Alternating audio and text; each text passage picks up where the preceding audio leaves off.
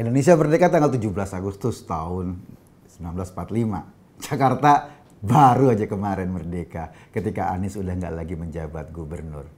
Keseruan Anies yang udah nggak menjabat ini digantikan oleh pejabat gubernur Heru Budi Hartono yang pengen gue bahas di Masuk Pak Eko.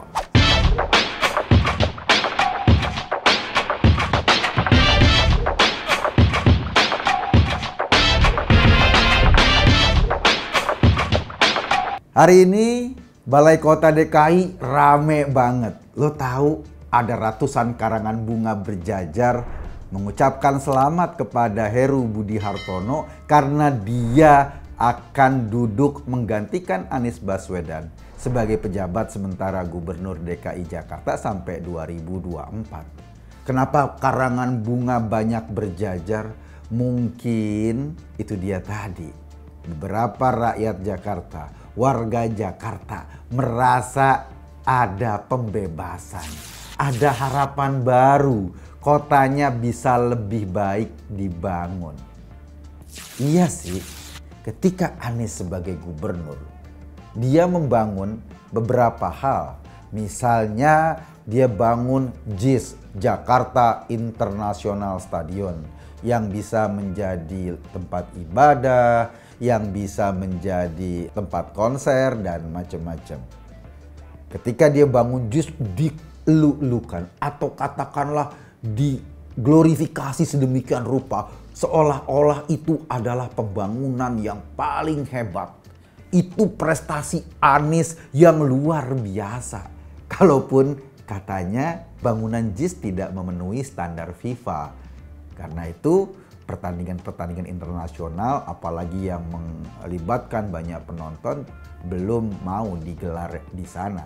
Gua nggak tahu kepastiannya. Standarnya FIFA yang memang asosiasi sepak bola itu sudah masuk atau FIFA kosmetik. Iya, Pak Anies tuh orang yang bisa dibaca seringkali pakai kosmetik.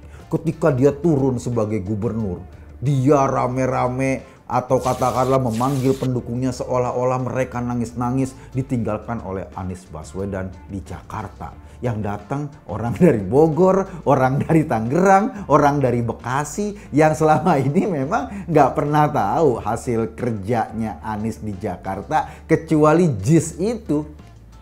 JIS itu juga kalau kita telaah ke belakang kan masalahnya dulu itu adalah sertifikatnya.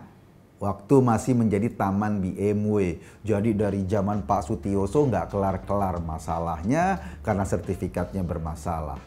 Zaman Pak Jokowi ditugaskanlah orang yang namanya Heru Budi Hartono sebagai wali kota Jakarta Utara untuk membereskan itu semua. Dan beres sertifikatnya. Kalau sertifikat tanahnya sudah beres, maksudnya lahannya sudah tersedia, duitnya disiapkan dari dana PEN, Penanggulangan Ekonomi Nasional.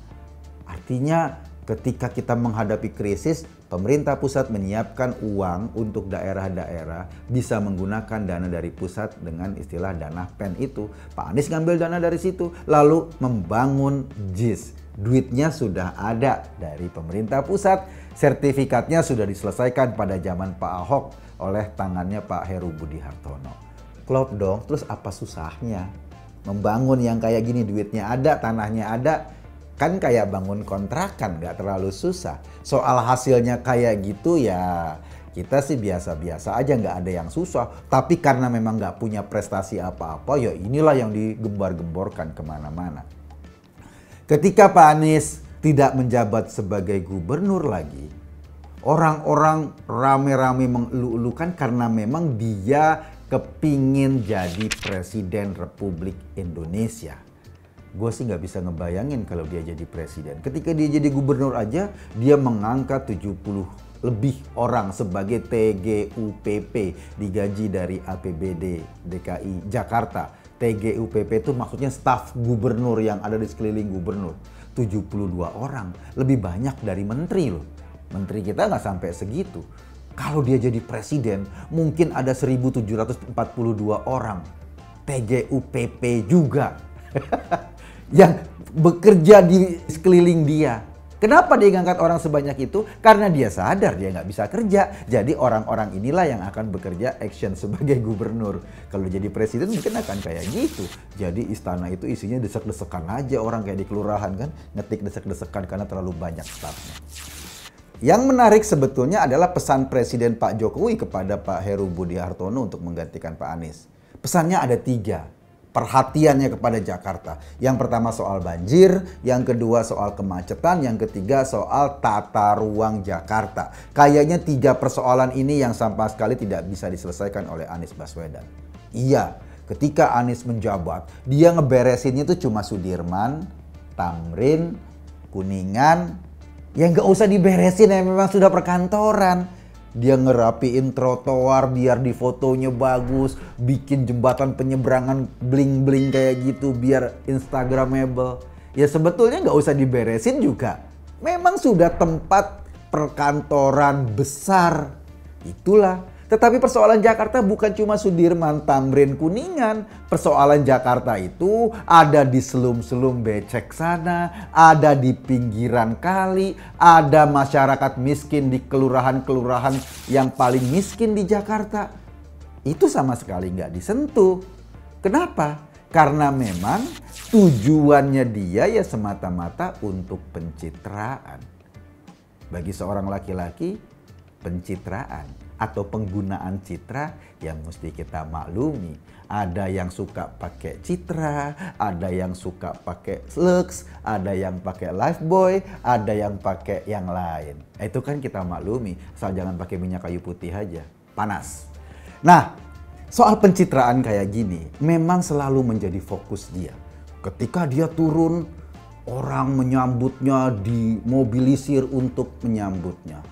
Ketika bikin Formula E seolah-olah ini balapan paling hebat seluruh dunia sampai begitu menghebohkan.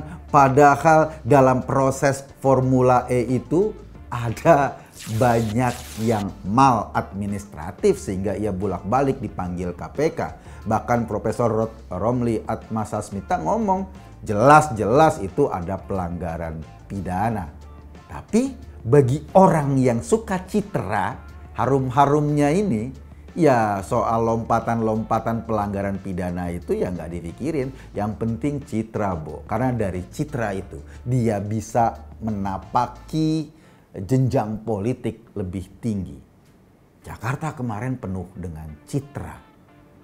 Ketika pemerintah pusat, pemerintah Jakarta berkolaborasi untuk berpikir bagaimana mengurangi banjir di Jakarta. Pemerintah pusat membangun bendungan di Bogor. Pemerintah Jakarta ditugasi untuk membenahi aliran kali di Jakarta. Itu sudah dilakukan pada saat Jakarta dipimpin oleh Ahok. Jadi ketika hujan di Bogor itu tertampung di bendungan. Ketika hujan di Jakarta, airnya akan mengalir di kali-kali yang sudah diberesi dengan istilah normalisasi. Kucuk, Anies terpilih. Normalisasi diganti dengan naturalisasi. Dan lo mau tahu nggak?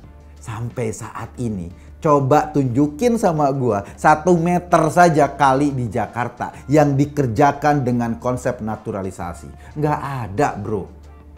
Nggak ada. Bahkan dulu ketika zaman Ahok kali-kali rajin dikeruk sehingga mengurangi potensi banjir di Jakarta. Sekarang kali-kali penuh lagi sampahnya. Akibatnya ya kemarin ada siswa madrasah yang meninggal 3 orang ketika terjadi hujan lebat dan kerubuhan tembok sekolahnya. Itu yang terjadi di Jakarta. Tapi dia peduli? Ya nggak ada yang peduli. Kenapa? Citra lebih penting dari sabun Lux, gitu loh. Itu yang menjadi fokusnya. Karena itu pencitraan selalu dibangun. Bahkan kemarin sempat ada penghargaan bahwa Anies Baswedan adalah bapak toleransi beragama. Ditandatangani oleh tokoh agama, ada yang dari Islam, ada yang dari Kristen, ada yang dari Katolik. Dan lo tahu, ada satu tokoh yang tanda tangannya ada di situ. Ternyata bikin surat. Dia nggak pernah tanda tangan. Dia nggak pernah hadir pada acara itu. Lalu tanda tangannya nempel di situ. Lo bayangin, untuk mendapatkan penghargaan aja ngebohong. Ya kan? Ini yang terjadi. Apalagi untuk mendapatkan perhatian publik. Jadi bohong dan bohong, citra dan citra itu yang selalu dibangun. Makanya masyarakat Jakarta 5 tahun ini seperti kehilangan harapan. Yang ada apa? Yang ada omong melulu. Ketika COVID-19 lagi sangar-sangarnya, bukannya menangani virus, malah sibuk-sibuk bikin monumen peti mati. Ada loh peti mati di daerah Kampung Melayu situ. Gue juga bingung buat apa monumen peti mati itu. Nah, pencitraan itu yang selalu diomong-omongan. Ketika hujan kemarin juga dia ngomong, Jakarta itu banjir karena air turun secara bersamaan. Dengan kata lain, air turun berjamaah, nggak sendiri-sendiri. Itu citra. Banjir ya banjir, mau turun bareng-bareng, mau turun rombongan atau apa ya banjir. Sehingga harapan-harapan orang bahwa Jakarta bisa diperbaiki akhirnya nggak diperbaiki. Harapan-harapan orang Jakarta bisa dibenahi akhirnya nggak dibenahi. Nah, harapan itu sekarang diletakkan lagi di pundak Heru Budi Hartono. Heru Budi Hartono ini mengawali karirnya sebagai ASN di Pemda DKI. Pernah menjabat sebagai Wali Kota Jakarta Utara dan pada zaman Ahok dia menjabat sebagai Kepala Badan Pengelolaan Keuangan dan Aset Pemda DKI. Mungkin karena ketilnya, mungkin karena dia konsen menjaga aset Jakarta, Ahok merasa cocok sehingga kabarnya pada saat sebelum Pilkada 2017 di Jakarta dan Ahok didorong untuk menjadi calon independen, dia menggandeng Heru Budi Hartono ini sebagai wakilnya. Artinya kehadiran Heru Budi Hartono kembali ke Jakarta menandakan bahwa tangan Ahok, tangan Jokowi kembali ada di Jakarta. Dan saya yakin Heru Budi Hartono ini, kalau kata Bang Julvan, adalah antitesisnya Anies. Kalau Anies nggak mau beresin banjir, Heru Budi Hartono diperintahkan untuk membereskan banjir. Dan pada hari pertama dia menjabat, dia langsung berkunjung ke kantor Menteri PUPR untuk membahas banjir Jakarta. Barangkali langkahnya yang akan diambil adalah menyelesaikan PR codetan di Kali Kanal Barat dan Kali Kanal Timur agar banjir di Jakarta bisa berkurang. PR ini yang cuma sekitar 200 meter codetannya itu sama Anies selama 5 tahun nggak dikerjain. Heru Budi Hartono langsung turun, langsung kerja. Yang kedua, dulu di zaman Pak Ahok kan balai kota kan terbuka untuk semua orang. Warga Jakarta datang untuk mengadukan masalahnya, mengadukan nasibnya, sehingga mereka merasa Jakarta ada pemerintahnya. Di zaman Anies, warga ya nggak boleh lagi datang ke Pemda DKI, nggak boleh ngadu. Kalau mereka mengadu, cukup mereka mengadu sama Tuhan aja. Kenapa? Karena memang mungkin aduan rakyat kecil ini bikin puyeng Pak Anies Baswedan. Sementara sekarang ketika Pak Heru duduk lagi sebagai pejabat Gubernur Pemda DKI, dia membuka kembali Balai Kota DKI sebagai salah satu tempat pengaduan warga agar warga bisa diselesaikan cepat masalah-masalahnya. Kita apresiasi itu. Penanganan yang kedua macet. Ya, Jakarta memang macet, jumlah mobil banyak, tapi oleh Pak Anies misalnya dibangun di pinggirannya itu jalur sepeda yang panjangnya kira-kira makan hampir 1 meter 20, dicat doang, dan ya gue nggak tahu berapa banyak sih pengguna sepeda di Jakarta sehingga itu harus menjadi prioritas. Prioritasnya mungkin prioritas proyek, karena untuk ngecat 1 kilometer jalur sepeda kabarnya harus menghabiskan dana 1 miliar lebih. Gua berharap dan mungkin kita semua berharap 2 tahun Pak Heru Budi Hartono menjabat sebagai gubernur bisa menyelesaikan PR-PR yang dicuekin selama 5 tahun kemarin.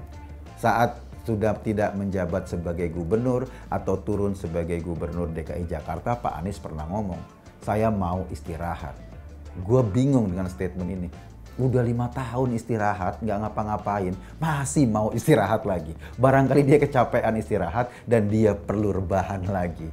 untuk 5 tahun. Kemarin istirahat di Jakarta, kepinginnya istirahat di Indonesia. Dan kita kan nggak mau nih dapat presiden yang doyan istirahat, yang kerja dong kayak Pak Jokowi. Dan kita berharap Pak Heru juga akan melanjutkan itu lagi. Seolah-olah tangan Ahok, tangan Jokowi kembali lagi ke Jakarta. Tapi gue agak kasihan sama Pak Heru. Dia dibebani PR. Apa PR-nya? Lo tahu kan, Pak Anies sudah membayar komitmen fee Formula E selama 3 tahun. Baru terlaksana 1 tahun loh. Balapan yang menurut gue sia-sia. Nggak ada manfaatnya buat masyarakat Jakarta. Ekonomi juga nggak tumbuh. Sampai sekarang belum ada hitung-hitungan atau laporan atau audit berapa keuntungan rakyat Jakarta dari Formula E. Yang pasti duit udah keluar sampai ratusan miliar. Nah, kalau Pak Anies 2024 selesai dan 2023 kan ada komitmen untuk menjalankan Formula E kembali. Kalau Pak Heru nggak ngejalanin hanya karena sudah dibayar oleh Pak Anies, gimana itu problemnya? Ada masalah hukum di situ, ada problem di situ. Sesuatu yang sia-sia memang dijalankan oleh orang yang suka dengan kesia-siaan, dan sekarang yang menanggung batunya adalah orang yang mau kerja. Mudah-mudahan ada jalan keluar sih, gue yakin. Dan sebagai rakyat Jakarta, kita punya harapan lagi.